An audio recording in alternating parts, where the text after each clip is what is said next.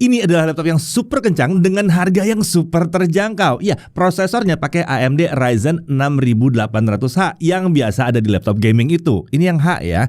IGP-nya pakai arsitektur RDNA 2. Jadi buat gaming juga udah oke banget. RAM-nya langsung 16GB DDR5 dual channel. Langsung kenceng dan siap pakai. Storage-nya langsung setengah terabyte. Garansi juga jelas. Sudah dilengkapi dengan ADP Extra khas Axio dan harganya cuma di 7 jutaan aja. Ya, ini adalah Axio Hype 7 AMD X8.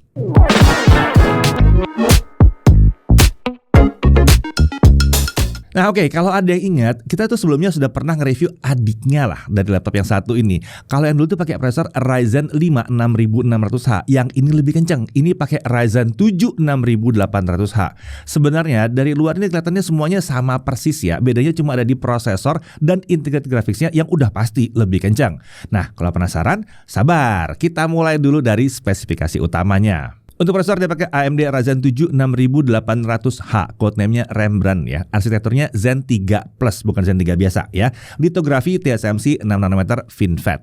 TDP-nya di 45 watt karena ini ya prosesor yang bisa dipakai laptop gaming.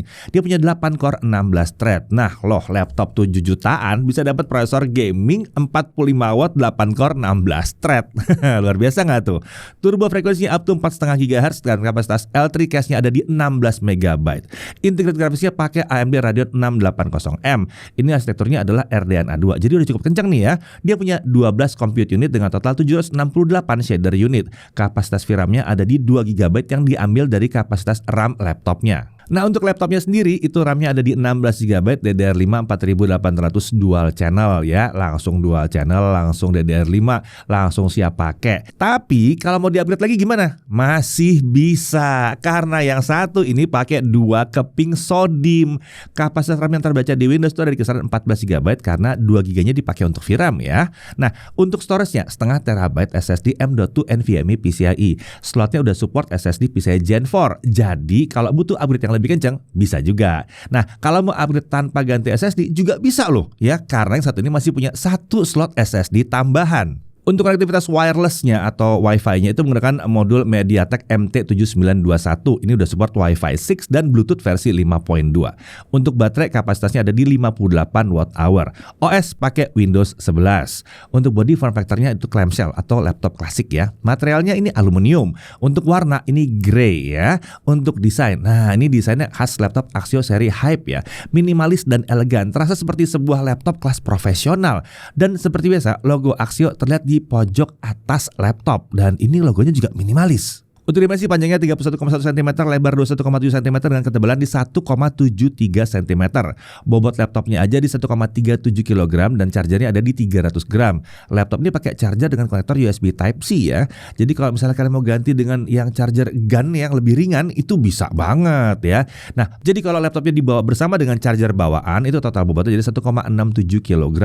Untuk display atau layar dipakai panel IPS dengan ukuran 14 inci. Resolusinya Full HD Plus atau 1920x1200. Jadi aspek rasionya itu kekinian 16:10. Refresh rate di 60 Hz ini standar untuk laptop thin and light ya. Nah, berdasarkan ujian kami, tingkat kecerahan maksimalnya untuk kondisi dalam ruangan ya, itu ada di 381 nits. Ini tinggi ya. Sementara untuk gamut coverage-nya ada di 62,5% sRGB dengan gamut volume di 63% sRGB. Memang ini masih belum yang cocok-cocok banget untuk digunakan kegiatan content creation kelas profesional. Tapi ini layar IPS. Jadi, kalau memang mau buat edit-edit foto atau video yang nggak butuh akurasi warna tinggi, laptop ini masih cocok banget. Apalagi udah IPS, jadi ada konsistensi warna di sini. Ini beda banget lah ketimbang layar yang VA atau TN. Dan lagi-lagi mengingat harganya ada di 7 jutaan, kita sih nggak banyak komplain ya. Lagi pula kalau butuh akurasi warna yang tinggi, bisa aja kalian tambahkan monitor sesuai dengan kebutuhan. Taruh 100% sRGB, bisa. Cari monitor tambahan aja. Nah, balik lagi ke layarnya. Dia punya permukaan anti glare. Jadi ini nyaman digunakan karena minim dari pantulan-pantulan cahaya.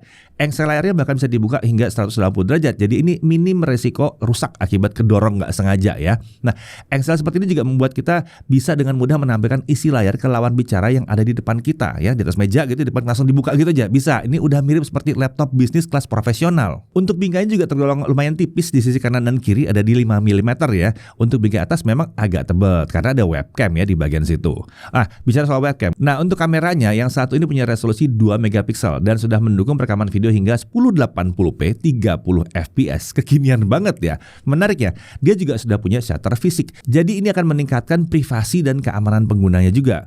Untuk mikrofon dia juga punya dua dan terletak di sisi kanan kiri kamera tadi. Untuk kemampuan kamera dan mikrofonnya kurang lebih seperti ini.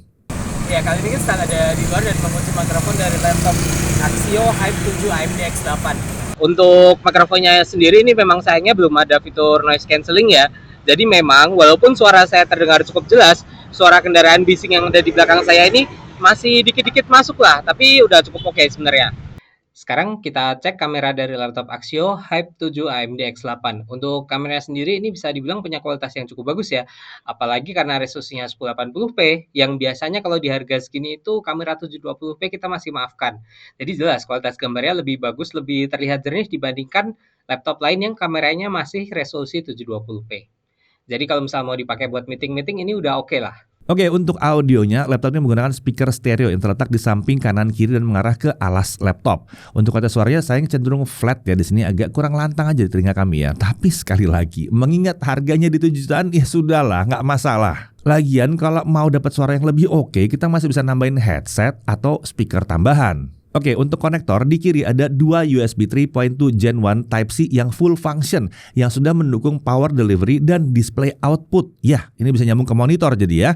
Lalu ada satu HDMI 1.4 dan ada satu USB 3.0 ya, Type A di sini. Beralih ke sisi kanan ada satu USB 2.0, satu USB 3.0 lagi yang Type A, lalu ada satu audio combo jack yang 3,5 mm dan ada Kensington lock slot. Jadi konektornya lengkap juga di sini ya, banyak konektornya. Nah, untuk desain keyboardnya terlihat sama persis seperti Axio Hype 5 AMD X6 yang pernah kita review sebelumnya. Tombol-tombolnya tergolong besar, bahkan tombol anak panahnya juga memiliki ukuran yang besar di sini. Tapi di sini kita tidak menemukan tombol navigasi yang spesifik untuk home, page up, page down, dan end ya. Bahkan shortcutnya juga nggak ada di situ. Nah, tentunya keyboardnya juga dilengkapi dengan lampu backlit putih dengan 3 tingkat kecerahan yang diubah dengan menekan tombol function plus F9. Nah, untuk touchpad ini ukurannya ada di 12,5 x 6,7 cm dan posisinya itu center to body. Ini memanjang dari tombol alt kiri hingga tombol kontrol yang ada di sebelah kanan. Nah, saat digunakan untuk ngetik, telapak tangan memang sering masuk nih ke area touchpad ya. Tapi sepertinya lagi-lagi dia sudah punya palm rejection yang cukup bagus. Jadi kursornya aman, nggak gerak-gerak kalau nggak sengaja kena telapak tangan kita. Oke, untuk sistem pendingin ini menarik ya. Laptop 7 jutaan tapi pendinginnya sudah dilengkapi dengan 2 kipas dan 2 heat pipe. Ini keren ya.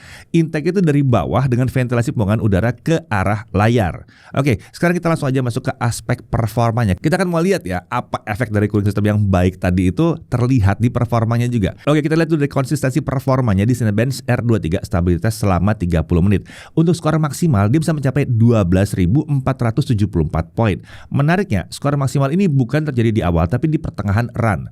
Nah, sedangkan skor yang bisa dipertahankan itu ternyata masih ada di 12 ribuan poin juga. Jadi di sini skornya terlihat sangat stabil dan minim sekali gejala throttlingnya. Skornya juga tergolong sangat tinggi untuk sebuah laptop di kelas harga 7 jutaan. Kemudian kalau chargernya kita cabut dan kita pakai baterainya aja, kita lihat bahwa konsistensi performansnya itu ada di kisaran 10 ribuan poin. Nah, kalau untuk suhu kerjanya kita lihat kalau kita pakai Cinebench R23 stabilitas selama setengah jam, di awal pengujian suhu sempat naik ke 81 derajat Celcius, tapi kemudian turun dan bertahan di kisaran 73 sampai 78 derajat Celcius saja. Adem nih. Oke, langsung aja sekarang kita sikat pakai Adobe Premiere 2025. Pakai video yang 2 menit 7 detik ya. Kita pakai dulu yang 4K 60 video exporting. Pakai software only selesai dalam waktu 10 menit 56 detik, sementara kalau pakai OpenCL selesai dalam waktu 6 menit 2 detik. Lalu kalau pakai 1080p 60 fps videonya dengan software selesai dalam waktu 1 menit 45 detik, dengan OpenCL selesai dalam waktu 1 menit 37 detik. Nah, suhu kerja saat melakukan video ekspor di 4K 60 pakai OpenCL itu CPU ada di kisaran 60 sampai 68 derajat Celcius saja. Enteng ya kayaknya ya. Adem nih soalnya. Oke, kita lanjut ke DaVinci Resolve 19.1, software video editing kelas profesional tapi ini versi gratisnya. Kita masih pakai video yang sama durasinya. Kalau untuk 4K 60 video export selesai dalam waktu 10 menit 56 detik, sementara untuk 1080p 60 fps selesai dalam waktu 3 menit 4 detik. Nah, untuk suhu kerjanya pada saat melakukan 4K video export, suhu CPU dari kisaran 60 sampai 69 derajat Celcius. Adem ya. Lanjut untuk CapCut. Nah, video juga juga masih sama ya, 2 menit 7 detik juga. Untuk 4K 60 video exporting saya dalam waktu 2 menit 28 detik. Wow, bisa nih, kenceng nih ya. 1080p 60 fps selesai dalam waktu hanya 42 detik saja. Untuk suhu kerjanya saat melakukan 4K video exporting, itu suhu sempat spike, sempat lompat, tapi hanya ke 75 derajat Celcius dan kemudian turun ke kisaran 62 sampai 64 derajat Celcius. Lagi-lagi adem. Jadi di sini kelihatan ya, kalau untuk edit video kayaknya kalau mau pakai Adobe Premiere itu bisa sampai 4K 30 fps masih lumayan oke, tapi kalau mau 4K 60 dan kalau mau kencang banget ngeditnya ya pakai CapCut, kencang parah di sini. Oke, kita lanjut ke pengujian gaming. Hasilnya kurang lebih seperti ini.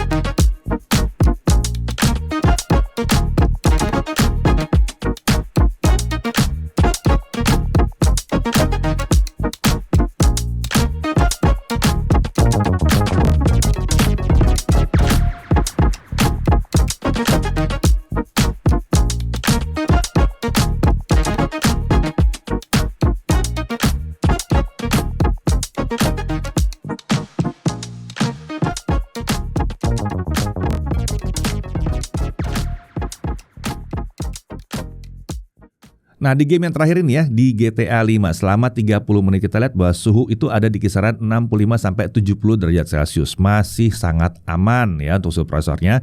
Untuk suhu permukaan ya, area tengah keyboard itu merupakan area terpanas dengan suhu di kisaran 36 sampai 42 derajat Celcius. Titik yang paling panas ada di kisaran angka 6, 7 dan 8. Nah, untuk area kiri dan kanan keyboard terlihat adem juga ya dengan suhu di kisaran 30 sampai 34 derajat Celcius. Sementara kalau palm rest sih aman sekali bahkan di bawah 30 derajat Celcius. Nah, untuk SSD-nya kita lihat performance-nya dengan Crystalisma kita dapatkan bahwa kecepatan bacanya ada di 3532 MB per second dan tulisnya di 3119 MB per second. Nah, ini adalah kecepatan baca tulis yang tergolong kencang untuk sebuah SSD PCIe Gen 3. Tentunya kalau mau lebih kencang lagi bisa ganti pakai yang Gen 4, bisa kok. Lanjut ke pengujian daya tahan baterainya. Seperti biasa, Brightness kita set di 150 nits dengan volume speaker di 25%. Hasilnya saat digunakan untuk muter video resolusi 1080p itu baterai baru habis setelah 8 jam 15 menit. Untuk kelas harga 7 jutaan dengan performa setinggi ini, daya tahan baterainya tergolong ya oke lah ya. Bukan yang luar biasa hebat, tapi ya udah bisa diandalkan lah buat sehari-hari. Nah, untuk chargingnya bagaimana? 30 menit pertama terisi di 42%. Sementara untuk dari kosong sampai penuh itu butuh waktu 2,5 jam. Ini agak sedikit di bawah harapan kami sebetulnya. Tapi perlu diperhatikan ya, dalam 1,5 jam sebetulnya baterai udah nyampe 98%. Jadi yang lama itu adalah nambahin 2% terakhirnya saja. Oke, untuk harganya kita udah bilang di kisaran 7 jutaan, tapi tepatnya itu ada di 7.949.000 dan ini sudah termasuk Windows 11, stiker dan photocard kolaborasi dengan JKT48 ya. Lalu ada garansi 1 tahun resmi dari Axio Indonesia lengkap dengan Accidental Damage Protection atau ADP Extra. Nah, garansi ADP Extra ini akan mengcover berbagai kerusakan yang tidak terduga seperti misalnya ketumpahan cairan, nggak sengaja jatuh, korsleting listrik, bencana alam dan masih banyak lagi.